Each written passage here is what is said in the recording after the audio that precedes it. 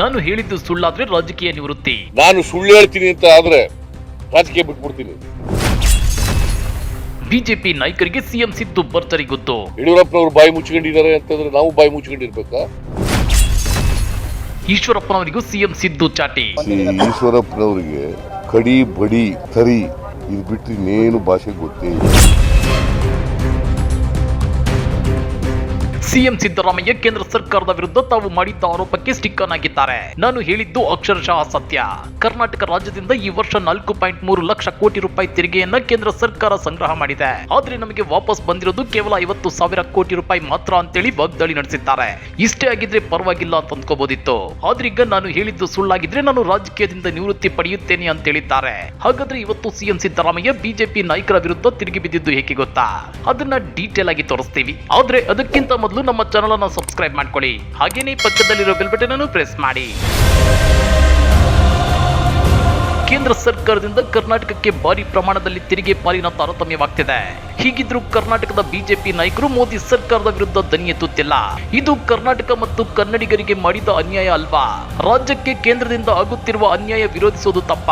ಯಡಿಯೂರಪ್ಪ ಬಾಯಿ ಮುಚ್ಕೊಂಡಿದ್ರೆ ನಾನು ಬಾಯಿ ಮುಚ್ಕೊಂಡಿರ್ಬೇಕೆ ಅಂತೇಳಿ ಸಿಎಂ ಸಿದ್ದರಾಮಯ್ಯ ಪ್ರಶ್ನೆ ಮಾಡಿದ್ದಾರೆ. ಅಷ್ಟೇ ಅಲ್ಲ, ನಾನು ಸುಳ್ಳು ಹೇಳಿದ್ರೆ ರಾಜಕೀಯ ನಿವೃತ್ತಿ ಘೋಷಿಸುತ್ತೇನೆ ಅಂತೇಳಿ ಬಿಜೆಪಿ ನಾಯಕರಿಗೆ ಸಿಎಂ ಸಿದ್ದರಾಮಯ್ಯ ಸವಾಲ್ ಹಾಕಿದ್ದಾರೆ. ಏನು ಸತ್ಯ ನಮಗೆ ಅನ್ಯಾಯ ಆದ್ರೆ ಪ್ರತಿಭಟಿಸಬಾರ್ದ?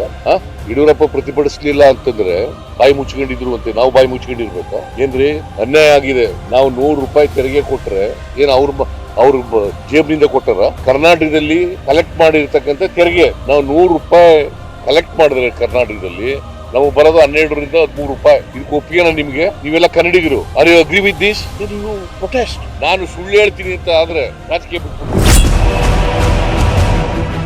ಕೇಂದ್ರ ಸರ್ಕಾರದ ತೆರಿಗೆ ಹಂಚಿಕೆ ವಿಚಾರದಲ್ಲಿ ನಾನು ಹೇಳಿದ್ದು ಸುಳ್ಳಾದ್ರೆ ರಾಜಕೀಯವನ್ನೇ ತೊರೆಯುತ್ತೇನೆ. ಹೀಗಂತ ಸಿಎಂ ಸಿದ್ದರಾಮಯ್ಯ ಗುಡುಗಿದ್ದಾರೆ. ಈ ಸಲ ಕರ್ನಾಟಕದಿಂದ 4,30,000 ಕೋಟಿ ರೂಪಾಯಿ ಕಲೆಕ್ಟ್ ಆಗ್ತಿದೆ. ಆದ್ರೆ ನಮ್ಗೆ ವಾಪಸ್ ಬರೋದು ಕೇವಲ 52,257 ಕೋಟಿ ರೂಪಾಯಿ ಮಾತ್ರ. ಹೀಗೆ ಕರ್ನಾಟಕಕ್ಕೆ ಅನ್ಯಾಯವಾಗ್ತಾ ಇದ್ರು ಯಡಿಯೂರಪ್ಪ ತಲೆ ಅಲ್ಲಾಡಿಸಿದಂತೆ ನಾವು ತಲೆ ಅಲ್ಲಾಡಿಸಬೇಕಾ ಅಂತೇಳಿ ಸಿಎಂ ಸಿದ್ದರಾಮಯ್ಯ ಪ್ರಶ್ನೆ ಮಾಡಿದ್ದಾರೆ.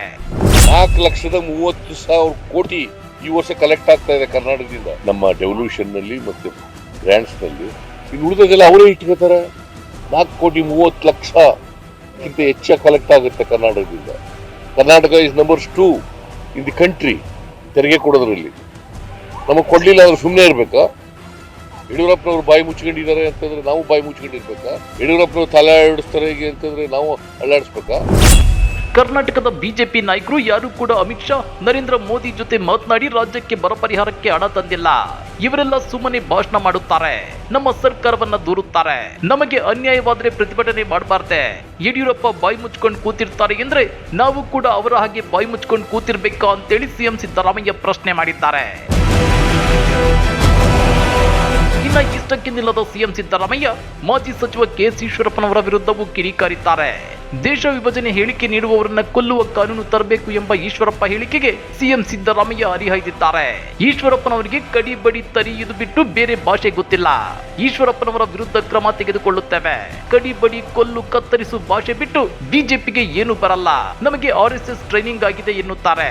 ಇದೇನ ಟ್ರೈನಿಂಗ್ ಆಗಿರೋದು ಅಂತೇಳಿ ಸಿಎಂ ಸಿದ್ದರಾಮಯ್ಯ ಪ್ರಶ್ನೆ ಮಾಡಿದ್ದಾರೆ. ಹಾಗಾದ್ರೆ ಕೇಂದ್ರ ಸರ್ಕಾರದಿಂದ ತೆರಿಗೆ ಪಾಲಿನಲ್ಲಿ ರಾಜ್ಯಕ್ಕೆ ಅನ್ಯಾಯವಾಗ್ತಾ ಇದ್ರು ರಾಜ್ಯ ಬಿಜೆಪಿ ನಾಯಕರು ಸುಮ್ಮನೆ ಇರೋದಕ್ಕೆ? ಸ್ವಾಭಿಮಾನಿ ಕನ್ನಡಿಗರು ಬಿಜೆಪಿ ನಾಯಕರ ಈ ಅನ್ಯಾಯವನ್ನು ಸಹಿಸಿಕೊಂಡು ಸುಮ್ಮನೆ ಇರ್ತಾರಾ? ಇಲ್ಲ ಮುಂದಿನ ಲೋಕಸಭಾ ಚುನಾವಣೆಯಲ್ಲಿ ಬಿಜೆಪಿಗೆ ತಕ್ಕ ಪಾಠ ಕಲಿಸ್ತಾರಾ? ಕಮೆಂಟ್ ಮಾಡಿ, ವಿಡಿಯೋ ಲೈಕ್ ಮಾಡಿ, ಶೇರ್ ಮಾಡಿ. ಇಂಥ ಮತ್ತಷ್ಟು ರೋಚಕ ರಾಜಕೀಯ ಸುದ್ದಿಗಳನ್ನ ಮಿಸ್ ಮಾಡದೆ ನೋಡ್ಬೇಕು ಅಂದ್ರೆ ನಮ್ಮ ಯೂಟ್ಯೂಬ್ ಚಾನಲ್ ಅನ್ನ ಸಬ್ಸ್ಕ್ರೈಬ್ ಮಾಡ್ಕೊಳ್ಳಿ.